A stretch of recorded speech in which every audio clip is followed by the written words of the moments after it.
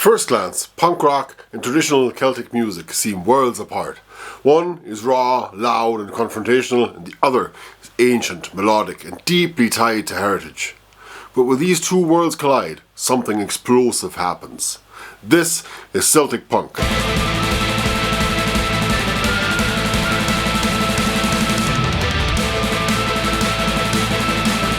Rebellion against the old system.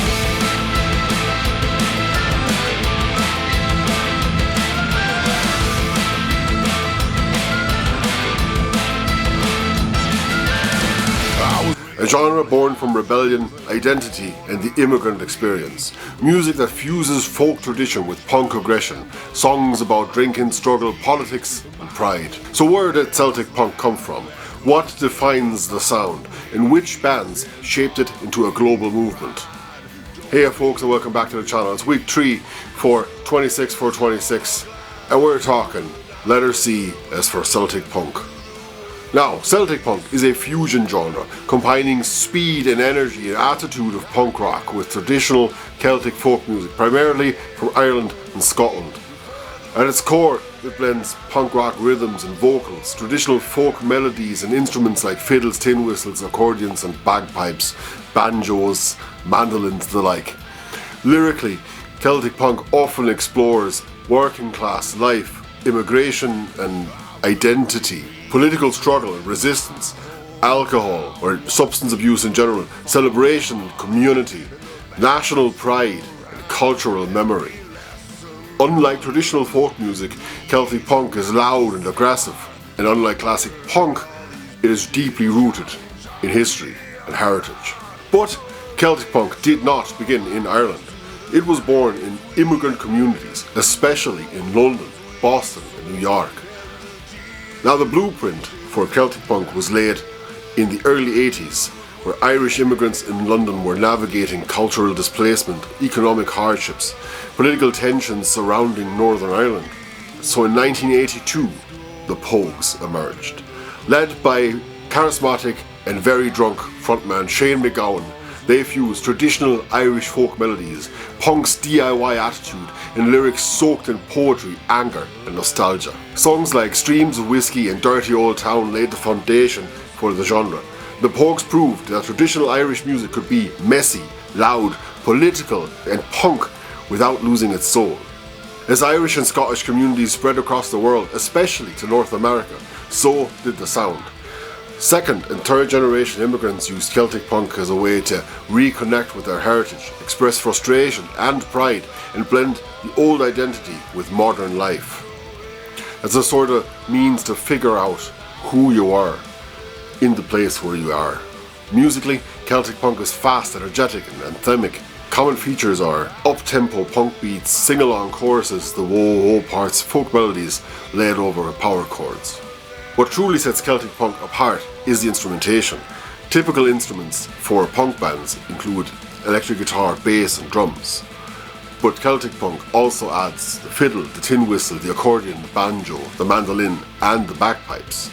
These traditional instruments often play lead melodies and not background parts. They're not just some bit of extra, they're key features of the music.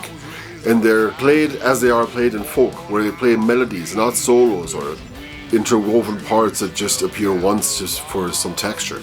They're essential to the sound. Vocals are usually rough, unpolished, shouted or growled, and meant for crowd participation. Celtic Punk lyrics are often deeply personal and political. Common themes include class struggle and labour history, immigration and displacement, anti-authoritarianism, historical memory, alcohol and pop culture, substance abuse, and many songs reference Irish independence or Scottish nationalism, union struggles and street level storytelling. It's protest music, but it's also party music. It is not my revolution if I can't dance to it, and I shall with a Celtic Punk soundtrack. Notable bands include, obviously, the aforementioned Pogues.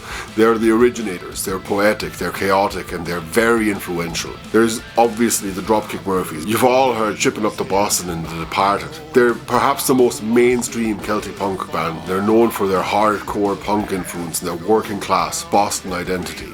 The other big one from the US is Flogging Molly. They're formed by Irish expats. They lean more heavily into traditional melodies and storytelling and folk arrangements. Then from Canada, there's Real Mackenzies. They're Scottish-focused Celtic punk, notable for prominent bagpipes and clan-based imagery. You have the Rumjacks from Australia that add a more modern Celtic punk with political edge and Irish themes. In Germany, where I'm based, you have Fiddler's Green, who are arguably more folk than punk, but still would fit into this genre umbrella. You'd have the band that I tour with as a front of house engineer, the Feel Good McLeods, among many others. Celtic punk has become a global phenomenon. It thrives in pub venues and festivals and on football terraces. It has influenced punk subculture, folk revival movements and political music scenes. Despite criticism for using stereotypes and paddywhackery, if you will, or romanticism, Celtic punk continues to evolve in embracing broader themes of identity, migration and resistance. Now, Celtic punk isn't just about loud guitars and folk instruments. It's about finding belonging, community through music. It's very much in the tradition of folk music, of connecting people together. It's proof that tradition doesn't have to be quiet, rebellion doesn't have to forget its roots. So from the pubs of London to the streets of Boston, Celtic punk remains a soundtrack for those caught between worlds. Old songs, new noise, tradition played loud. Alright, so that's Celtic punk for you. Hope you enjoyed the background music. It's my first ever Celtic punk tune that I've written, and if you want to hear the full version of it on its own without me blabbering over the top of it, just leave that in the comments below and I'll put it up on its own video. Come back next week for D as in D beat, and we'll see you then. Bye!